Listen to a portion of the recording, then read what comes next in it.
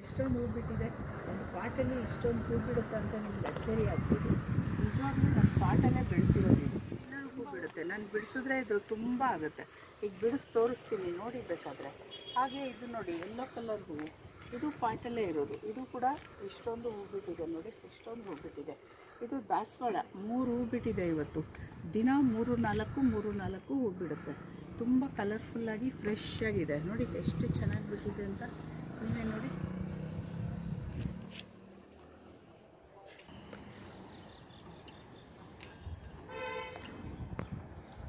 ಇದೆಲ್ಲ ಬಿಡಿಸಿ ನಾನು ಪಾಟ್ಗೆ ಹಾಕ್ತೀನಿ. ನೀವೇ ನೋಡಿ ಎಷ್ಟೊಂದು ಹೂವಾಗುತ್ತೆ ಅಂತ. ನನ್ನ ಪೂಜೆಗೆ ಪ್ರತಿದಿನ ಹೂವನ್ನೇ ಕೊಂಡ್ಕೋತಾ ಇಲ್ಲ. ನಮ್ಮ ಮನೇಲಿ ಬಿಡೋ ಹೂವೇ ತುಂಬ ಆಗುತ್ತೆ, ಸಾಕಾಗೋಗುತ್ತೆ. ಅದೇ ಎಲ್ಲ ಫೋಟೋಗಳಿಗೂ ಸಾಕಾಗುತ್ತೆ. ತುಂಬ ಹೂ ಬಿಡುತ್ತೆ. ಎಷ್ಟೊಂದು ಹೂ ಬಿಡುತ್ತೆ ಅಂದರೆ ನಾನು ಪೂಜೆ ಮಾಡಿ ಬೇರೆಯವ್ರಿಗೂ ಪಕ್ಕದ ಮನೆಯವ್ರಿಗೂ ಕೊಡ್ಬೋದು. ಎಷ್ಟೆಲ್ಲ ಇದೆ ಹೂವು ನೋಡಿ. ಒಂದೇ ಗಿಡದಲ್ಲಿ ಬಿಟ್ಟಿರೋವಂಥ ಹೂಗಳಿದು.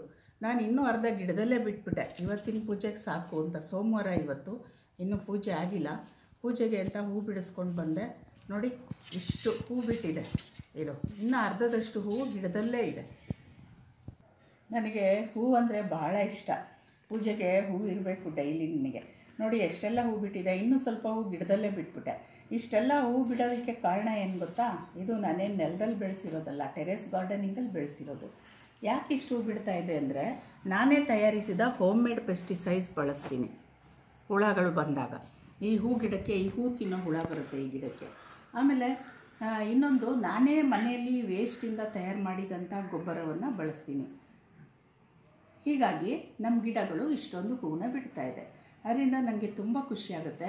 ನೀವು ಟೆರೆಸ್ ಗಾರ್ಡನಿಂಗ್ ಮಾಡೋರು ನಾನು ಮಾಡಿರೋವಂಥ ಹೋಮ್ ಮೇಡ್ ಪೆಸ್ಟಿಸೈಡು ಮತ್ತು ಹೋಮ್ ಮೇಡ್ ಇದು ಗೊಬ್ಬರ ವೇಸ್ಟಿಂದ, ಕಿಚನ್ ವೇಸ್ಟಿಂದ ಮಾಡಿರುವಂಥ ರಸಗೊಬ್ಬರ, ಇವೆರಡನ್ನ ನೀವು ಪಾಟ್ಗೆ ಹಾಕ್ಕೊಂಡ್ರೆ ವಾರಕ್ಕೊಂದ್ಸರಿ ಅಥವಾ 15 ದಿನಕ್ಕೊಂದ್ಸರಿ, ವಾರಕ್ಕೊಂದ್ಸರಿ ಅಥವಾ 15 ದಿನಕ್ಕೊಂದ್ಸರಿ ಹುಳ ಬಂದಂತೆ ನೀವು ಅದನ್ನು ಔಷಧಿ ಹೊಡಿಬೇಕು. ಹಾಗೆ ತಿಂಗಳಿಗೊಂದ್ಸರಿ ಗೊಬ್ಬರನ ಹಾಕ್ತಾ ಇರಬೇಕು.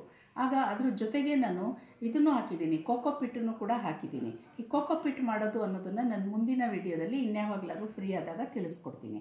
ಅದೆಲ್ಲ ಹಾಕಿರೋದ್ರಿಂದ ನನಗೆ ಪ್ರತಿದಿನ ಪಾಟಲ್ಲಿ ಇಷ್ಟೊಂದು ಹೂ ಸಿಗ್ತಾ ಇದೆ. ಹೂ ಅಂದರೆ ನನಗೆ ಭಾಳ ಖುಷಿ.